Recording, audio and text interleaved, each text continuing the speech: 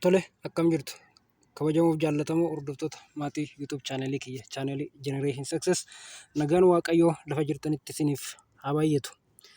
Egaa akkuma yeroo darbe barnoota adda addaa keessumaa warreen akka General Physics fi Fiiziksii barattoota Remediaaliif akkasumas immoo Mathematics for both Natural and Social Science jennee gama YouTube chaanelii kiyyaan wal waliin eegallee turre. Egaa har'as barnoonni keenya akkuma itti fufetti jira jechuudha. Har'a kan wal waliin ilaallu koorsii fiiziksii barattoota Remediaaliif yuunit 1 paartii 1 yeroo darbe isiniif maxxanseen ture jechuudha. Har'a immoo kan wal waliin ilaallu paartii 2 wal waliin ilaalla jechuudha. Egaa maarree isinis namoonni yeroo jalqabaatiif toora YouTube chaanelii kiyya hordofaa jirtan subscribe gochuun dagatina, akkasuma hiriyoota keessaniifis qooda like godhaa. Barattoota keessan obboloota keessan warreen barachaa jiraniif share godhaa, akka isaan afaan isaaniitiin irraa baratanii barnoota isaaniitti yookaan akaadaamiksii isaaniitti success akka ta'an ni gargaara jechuudha. Akkasumas immoo barattoonni fiiziksii waggaawwan lammaffaa, sadaffaa, arfaffaas barachaa jirtan akkasumas warri jeneraalillee beekumsa waliigalaatiif wanti kun si fayyada jechuudha. Akkasuma barattoonni exit exaamii fudhatan illee paartii kana keessaa exit exaamiif illee kan isin fayyadu waan jiruuf isinilleen akka irraa barattaniin isiniin jedha. Kallattumaan egaa mee gara barnoota keenyaatti seenna. Paartii tuunsaa har'a kan wal waliin ilaallu vector componentidha. Vector component yeroo darbe paartii 1 keessatti vectorii definitionii isaa, exampleota isaa, akkamitti vectorii walitti hidhuu dandeenya yookaan immoo walirraa ibsuu dandeenya, mala kamiin vectorii represent gochuu dandeenya yookaan immoo akkaataa kamiin vectorii tokko barreessuu dandeenya kan jennu bal'inaan egaa paartii 1 keessatti ilaallee turre. Amma immoo paartii 2 keessatti wal waliin kan ilaallu vector componentidha. Vector components of vectors are projection of vectors along coordinate axis. Vector component kan jennu vectorii nuti komponentoota x, y fi z irratti qoqqoonnee akkaataa kamiin akka ibsuu dandeenyudha kan nu barsiisu jechuudha. Vector component gaafa jennu komponentoota coordinate system keessaa x, y, z isaan kanarratti akkaataa kamiin veektaroota ibsuu dandeenya, akkaataa kamiin walitti hidhuu dandeenya, akkaataa kamiin walirraa hir'isuu dandeenya, akkaataa kamiin waliin baay'isuu dandeenya waan jedhu as keessatti ilaalla jechuudha. This means splitting vector into its components. Kana jechuun gara komponentii isaatti split gochuu yookaan immoo komponentii isaatti adda adda caccabsinee akkaataa kamiin akka ibsuu dandeenya. X komponentiin, Y komponentiin, Z komponentiin kophaatti maal fakkaatti jennee bifa ittiin ibsuu dandeenyudha. Consider the following figures. From the figures we can see that AX and the BY forms two sides of right angle triangle with hypotenuse of length A. Inni kun kam jechuudha? Figaroota kana yoo ilaaltan figaroota lama jira. Figarii lamaan kana keessaa figarii ishii jalqaba irratti maal qabna? XY coordinate jira jalqaba. Ishiin sarara diimaa kanaan sararamte immoo vectorii A dha. Vector A kun magnitude qabdi, xiyyi ishiis immoo kallattii agarsiisti jechuudha. Sanaa booda vector A kana bakka lamatti split gochuu dandeenya. Kamiif kamitti? XY coordinate waan qabuuf komponentii X isaa fi komponentii Y isaatti qoodna jechuudha. Kanaaf figarii ishiin lammaffaa isa qoqqoodame san nutti agarsiisti. A along X axis jirti, A along Y axis jirti. Along Y axis jira. Sanaa booda maal arganna? Triangle tokko arganna jechuudha. Triangle tokko kan triangle lama yoo barbaadan karaa gubbaa irrattis AX mataa irraa yoo gootan kan biraa arganna jechuudha. Triangle lama arganna jechuudha. Kanaaf amma triangle kana irraa yoo ilaalle, thus from the figure we have cos theta maal ta'a? AX over norm of A jechuun cos theta adjacent over hypotenuse dha. Adjacent over hypotenuse. Hypotenuse magnitude A ti, adjacent AX dha. Sanaa booda cos theta AX over A. Asirraa AX maal ta'a yookaan immoo adjacentiin isaa A times cos theta ta'a jechuudha. Sin theta immoo opposite over hypotenuse ta'a. Sanaa booda opposite side yookaan A1 A sin theta ta'a jechuudha. So that sanaa booda guutummaan vector A maal ta'a?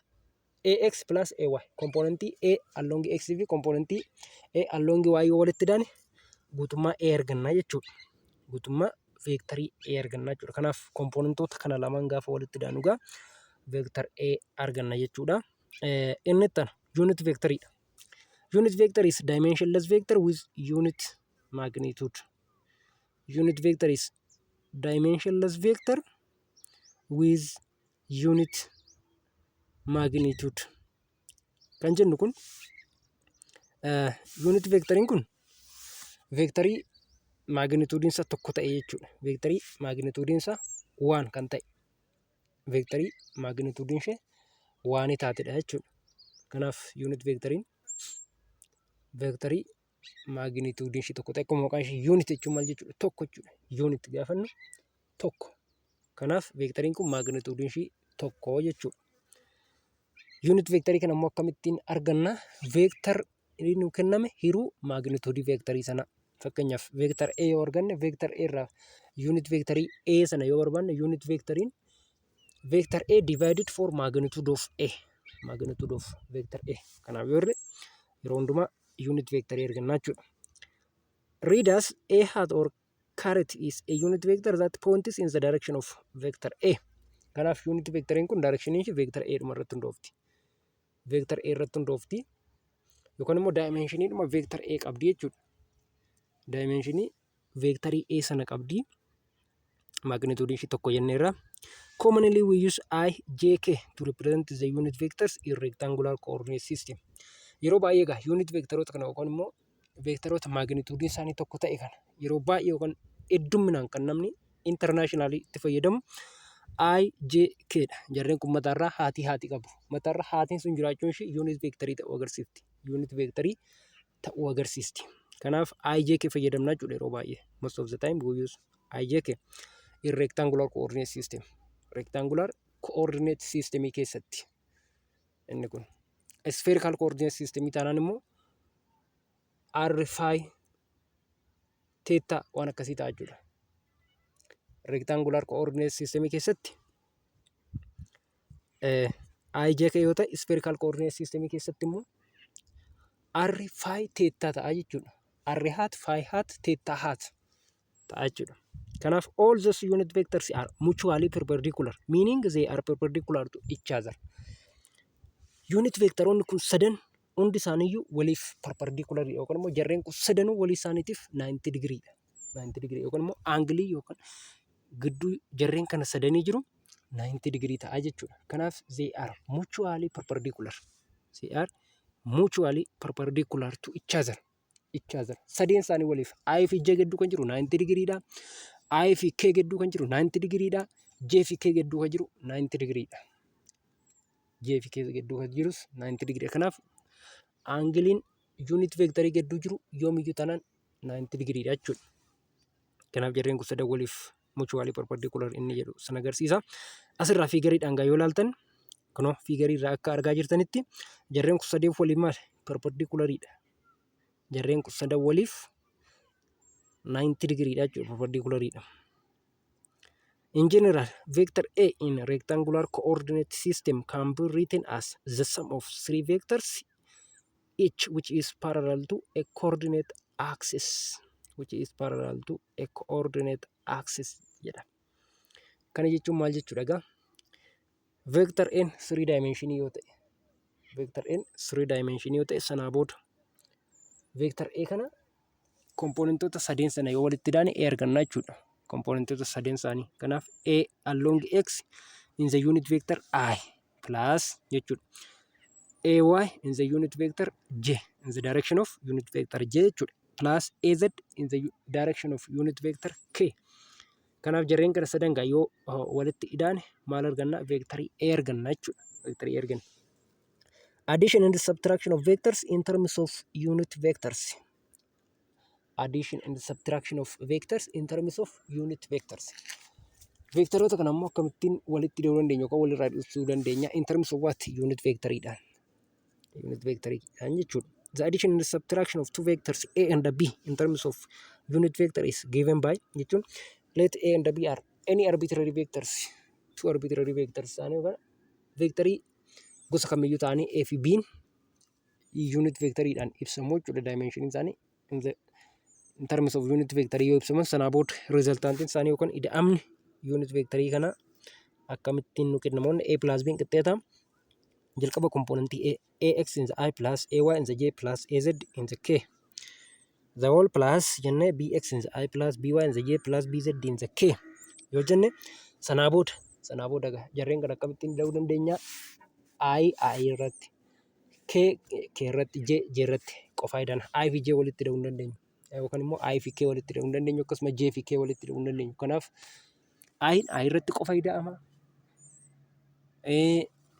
J irratti qofa ida'ama. Kanaaf AX plus BX is the whole in the I plus AY plus BY the whole in the J plus AZ plus BZ the whole in the K jechuudha.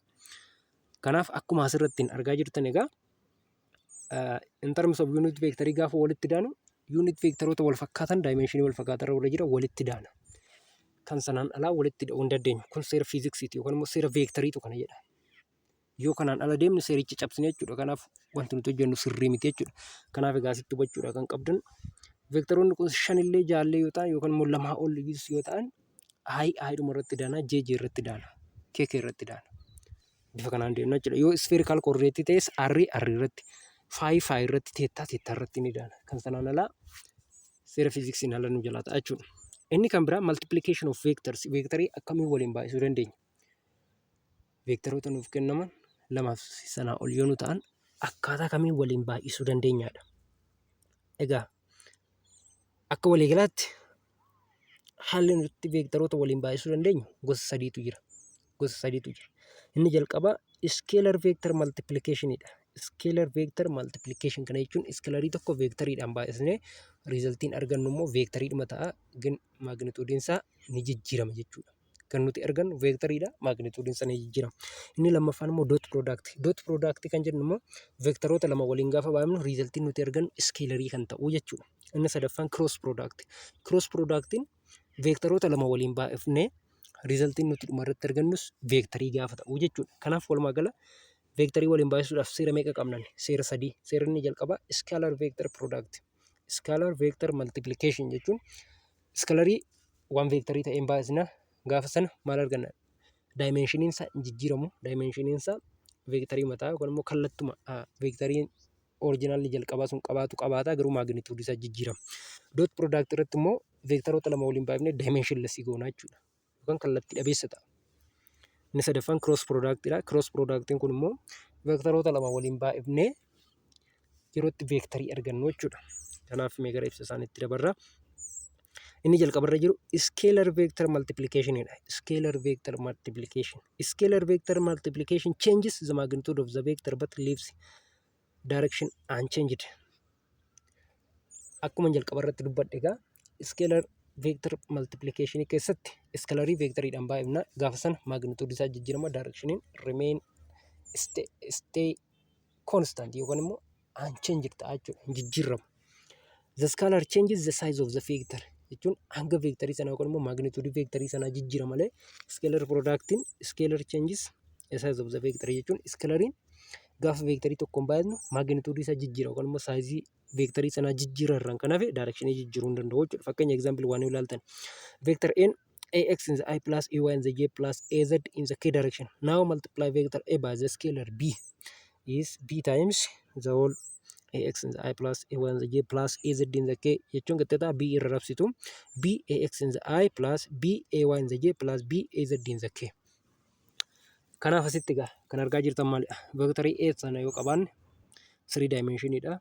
Sanaa booda scalarii b. Scalarii jechuun akkuma fakkeenyaaf lakkoofsa 5, 10, 20 ta'uu danda'a abbaan kun. Kanaaf isa kana scalarii kana yoo kompoonentoota a irraan baay'ifne kompoonentii a sana sadan shiitiin baay'atti jechuudha. Kompoonentoota a qabdu sadan shiitiin baay'ifna. Kanaaf yeroo kana irra distribuutii goona amma maal ta'e b times ax kun gaa magnitude vectorii sanaati. Kanaaf magnituudiin isaa jijjiirameera jechuudha. Kan dura ax ture b times ax dha ta'ee jechuudha. B times ax ta'ee jechuudha. Kanaaf kompoonentiin isaa magnituudiin isaa jijjiirame jechuudha. Directioniin hin jijjiiramu. Directioniin sanuma ta'a jechuudha. Kanaaf egaa sana fakkaata. Wanta akkasii gaa bal'inaan gaafa gara exampleetti seennee lakkoofsaan hojjechaa deemnu namaa gala. Amma garuu konseptii isaa yaada isaa akka qabattaniif akkaataa kamiin scalarii vector multiplication keessatti akkaataa kamiin hojjennaa yookaan immoo scalarii gaafa vectoriidhaan baay'ifnu foormii akkamii qabaataa yookaan maal fakkaata isa jedhu akka qabattaniif yaada isaa. Kan itti aanu scalar multiplication obeys the following rules jedha.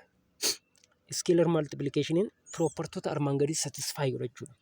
Additivity in the scalar jechuun scalarii lama walitti daanee vectorii tokko yoo baay'ifne ishiin sun sanfaana wal qixaa tokko iskelerii sana veektariin baay'ifnee lamaan isaas gaafa walitti daanu wal qixataa jechuudha. Fakkeenyaaf C plus D koomanii goone veektar V'dhaan yoo baay'ifne kun kan faana wal qixaa C kana veektar V'dhaan baay'ifnee D's kophaatti veektar V'dhaan baay'ifnee jarreen lamaan gaafa walitti daanu deebiin keenya wal qixataa jechuudha. Yookaan riizaltiin nuti ergannu wal fakkaataa ta'a. Additivity in the vector. Amma immoo C iskelerii tokko qabaannee veektarii lama yoo qabaanne iskelerii sana baay'isuuf veektaroota lamaan erga walitti idaanee booda kan ittiin baay'ifnuu fi kophaatti veektaroota lamaan walitti idaanee iskelerii sanaanis gaafa baay'ifnu riizaltiin keenya wal qixa ta'a jechuudha. Compatibility of product of scalars with scalar multiplication. Fakkeenyaaf kun immoo iskelerii lama jiraatanii veektarii tokkoon gaafa baay'ifnu iskelerii lama waliin baay'ifne sana immoo veektarii tokko faana gaafa baay'ifnu yookaan jalqaba iskelerii lamaa walitti baay'ifne erga iskelerii lamaa walitti baay'ifne veektarii sanaan baay'isuu dandeenya. Yoo feene immoo iskelerii tokkoosaa veektariin baay'ifne sanaa booda iskelerii shafte ittiin baay'isuu dandeenya jechuudha. Multiplying by one does not change vector. Jechuun veektarii tokko waanidhaan yoo baay'ifne yookaan lakkoofsa tokko yoo baay'ifne veektarii sana irratti jijjiiramni dhufu hin jiru jechuudha. Akkuma iskelerii tokko kudhan baay'isuu tokko wanne kudhanuma ta'a matumsaa ta'a. Kanaaf iskelerii irrattis akkuma jijjiirama finne veektarii irrattis waanidhaan gaafa baay'ifnu veektarii irrattis jijjiirama fidu jechuudha. Multiplying by zero gives the zero vector. Zero immoo veektarii tokko yoo baay'ifne veektarii zero veektarii nuu kenna jechuudha. Zero veektarii jechuun veektarii maagnituudiin isaa zero ta'e jechuudha. Veektarii maagnituudiin isaa zero ta'e jechuudha. Multiplying by minus one gives the additive inverse. The additive inverse.